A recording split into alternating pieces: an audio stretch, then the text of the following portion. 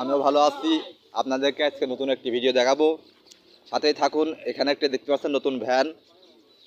আসলে এই যে ছেলেটা দাঁড়িয়ে আছে, সেই ছেলেটা হলো প্রতিবন্ধী, তার একটু চলামলা কষ্ট। আমাদের আপনি এই যে কিছু বলেন এই সম্বন্ধে।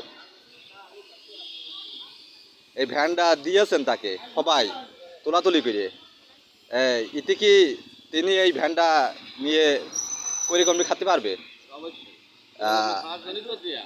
আমরা সবাই মিলে উদ্যোগ নিয়ে একটা প্রতিবন্ধী লোককে এই ভ্যানটা সবাই তোলাতুলি করে ৬০,০০০ টাকা আমাদের খরচ দিয়ে আমরা এই ভ্যানটা ওই ছেলেটার কিনে দিলাম। এই যে নামটা তুহিন, আমরা বলিয়ে দিলাম। এখন পরবর্তী ভিডিও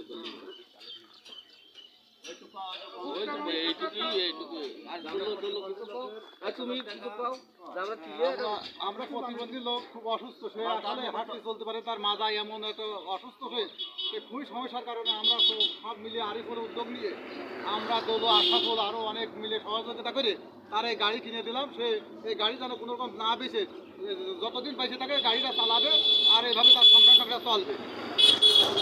এইভাবে আমরা বেশ একটা সহযোগিতা করার খুব চেষ্টা সাধনা করেছি। তবে এই ধরনের কাজ যদি আমরা সামনে পাই আরও করবো। আরো আপনারা নিতে চাচ্ছেন, এই তো? যদি গরিব অসহায় লোক থাকে তাদের পাশে আপনি দাঁড়াতে থাকতে। হ্যাঁ, আসলে এই ছেলেকে দিয়েছেন ভ্যানটা। ভ্যানটা রেট কত পড়েছে? ৬০,০০০ টাকা দিয়ে। আর ফ্যানও খুব সুন্দর, যে লোকটা বানিয়ে দিয়েছে আমি দেখছি আসলে সেও অনেক কম নিয়েছে, তার সহযোগিতা খুব লাভ কম করে এই এই ভ্যানটা তার বানিয়ে দিয়েছে সহযোগিতার জন্য। হয়তো খুব লাভ খুব কম করে না, এই ভ্যানের দাম ৬০-এর উপরে আমি জানি মনে করি। আপনি কিছু বলেন। খুব ভালো হয়েছে। অসহায় মানুষ আমরা আমরা একটা ভ্যান কিনে দিলাম, যে চলতে পারে না, শারীরিক সমস্যা খুব।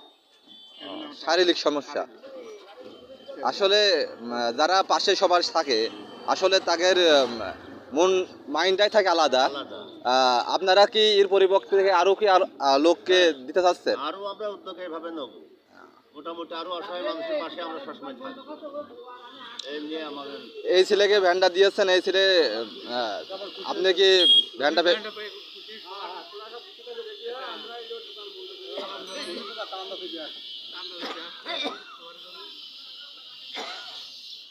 আসলে গাইস আপনারা দেখতে পাচ্ছেন এখানে যে ভ্যানটা রয়েছে, আমাদের এই যে বিএমপির সভাপতি তিনি দিয়েছেন, লোকজন ওয়ার্ড সভাপতি দেখতে পাচ্ছেন।